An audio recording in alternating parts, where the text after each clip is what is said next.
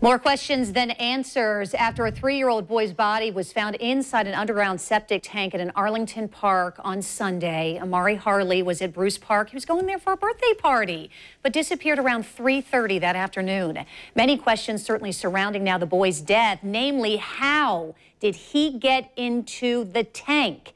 A tank which right now, after what happened to him, has been bolted down.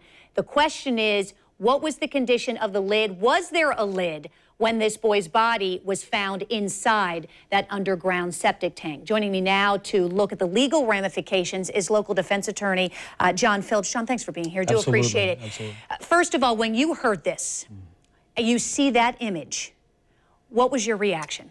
Well, first of all, obviously, thoughts and prayers to this family, you know, with what they're going to. We've both are parents, and it's tragic.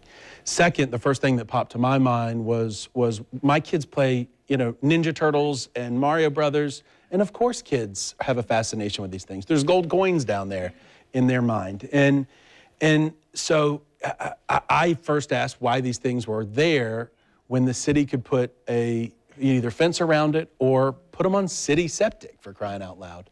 But you know, there's lots of questions, more questions than answers at this point. So here's what the city is saying. There are 76 parks that have the septic or lift stations, and I'm reading from the release that they sent to us yesterday, which is on our website. There are several types of lid coverings for these systems. They're metal, they're fiberglass, they can also be concrete. They're attached with bolt screws or latches. This one in particular had a bolt covering that is affixed to its tank.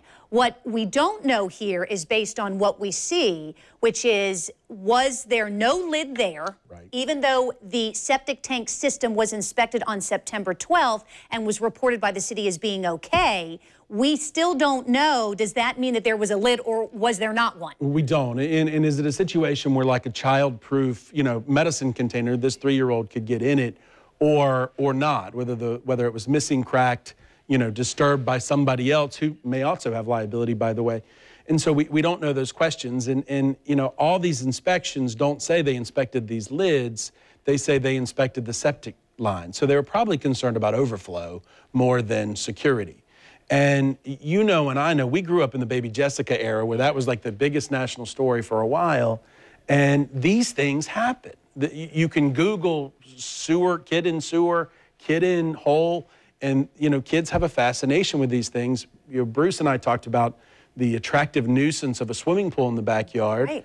And there's liability that goes on. And I just don't understand how the city of Jacksonville, you know, hasn't addressed this beforehand.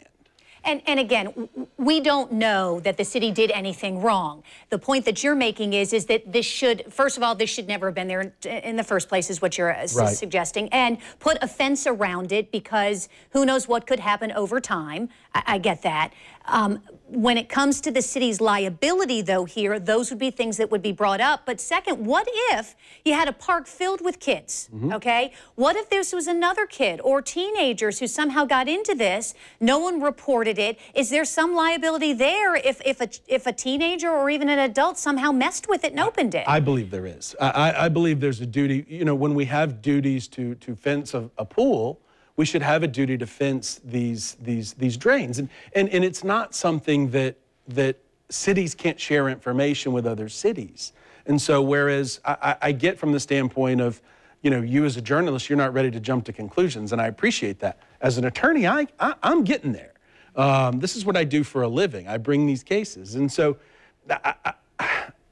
there's an issue with liability for the city, and I'm not even talking lawsuits. I mean, that's what people are, oh, John's of course talking about a lawsuit. I'm talking about the next kid. And if we don't have fencing, if we don't have, you know, deadbolt locks, if we don't do something more, or put the city property on city sewage so we don't have to pump this thing out, I mean, that's what they're talking about, inspections, is how often they have to pump them out. Yeah, and the inspections, which is what we're waiting to learn more about also from the city, and also the fact that there was a complaint in January suggesting there might be something wrong with the lid, and that, according to the city, was addressed. Questions that we hope to get the answers to certainly over the next coming days. John Phillips joining us here. Absolutely. Thank you for your insight and your legal perspective on this.